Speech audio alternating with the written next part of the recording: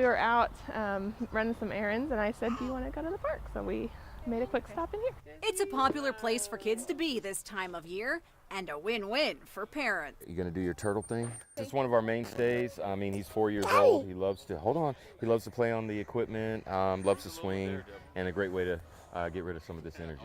Here in Wichita, there are 82 playgrounds available to area kids this summer. Some of them will see more than 1,000 kids a day. I wonder if it's being checked over. I we try to pick ones that look the safest for the little ones because they're all under 5. And that's what we wondered too. It turns out the city inspects each of their playgrounds at least once every couple weeks. Some of the higher traffic playgrounds, like this one here in Riverside Park, are checked a couple times a week. This stuff can come up, just out of the blue. I mean, sometimes you go to a playground and everything is just the way it was the first, just a couple weeks ago. But especially in the higher use playgrounds, from day to day, things can change. Indiana Jones style, there you go. In Wichita, each playground is looked over by a certified playground inspector who has to pass a test to know what they're looking for when it comes to your kid's safety. When we're going through the whole playground, we shake everything. We basically play on, well, we don't play on it.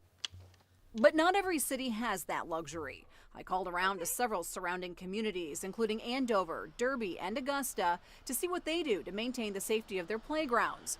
They don't offer the same playground surveillance that Wichita does, but with the information we found, you can check on their playground safety yourself. Make sure they don't swing into each other. We'll share what the certified playground inspector told us so that no matter what playground you're at, you know what equipment to check for yourself to make sure it's safe.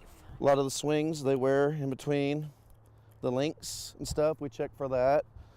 This is actually good, but they can get thin. You also want to make sure to check the swing seats for exposed metal. The metal should be coated in this rubber, but if it wears through, it could cut or pinch your child.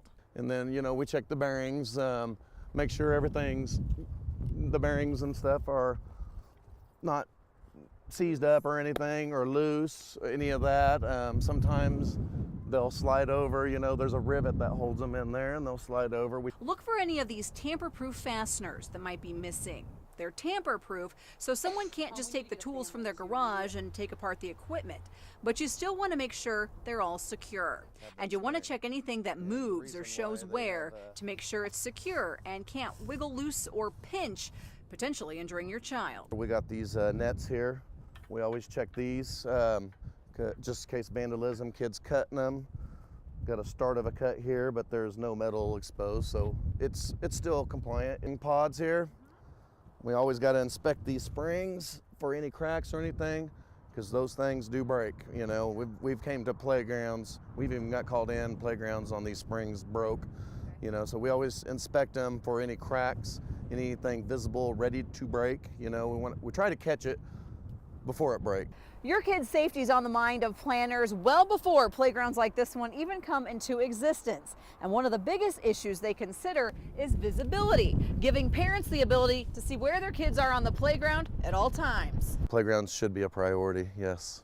Keep our children safe in the public. Go to the next one. And these moms and dads say knowing that gives them peace of mind. We live in a crazy world, and it's good to definitely keep your eye on your child. So it is important. I have little ones that I have to follow around to make sure that they are being safe.